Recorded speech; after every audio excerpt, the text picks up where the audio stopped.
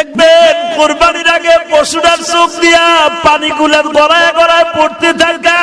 ও কি বলে জানি ইমাম থানভী আজকে তাফসীরে আমি দেখলাম ইমাম থানভী বলে গড়ায় গড়ায় পানি ছেড়ে দিয়া বলে, মালিক আমার মতো সৌভাগ্যবান আর কে আছে? তুমি আমার একটা ভালো লোকের বাড়িতে খরিদ করলা। দেখবেন যে এই পশুগুলো কাঁদে ওই মালিকের টাকার মধ্যে কোনো ভেজাল নাই। ও মালিকের বারিন্দায় বসে বসে কাঁদে আর বলে, মালিক আমার ভাষা দুনিয়ার কেউ বুঝে না, তুমি বুঝাও।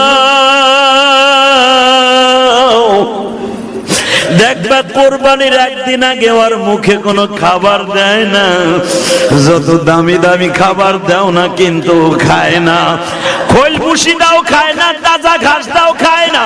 এই জন্য বিশ্ব নবী বলে কোরবানির আগের থেকে তোমরা খাবার দিবা না, কারণ ওর দপ্তরে আল্লাহর সাথে একটা দোস্তি হয়ে যায়, ওর তখন খাবার দেওয়ার দরকার নাই।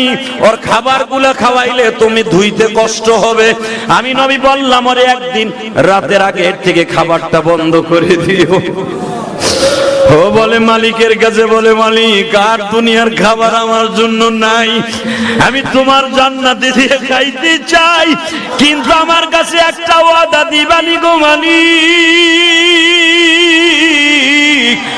আমারে যেই টাকা দিয়ে তোমার এই পাগল কিনেছে এই টাকার মধ্যে যদি ভেজাল থাকে ওর বিচার তোমার আদালতে দিলাম গো আল্লাহ। আর যদি ভেজাল না থাকে আমার পরে সওয়ার করে তুমি তারে জান্নাত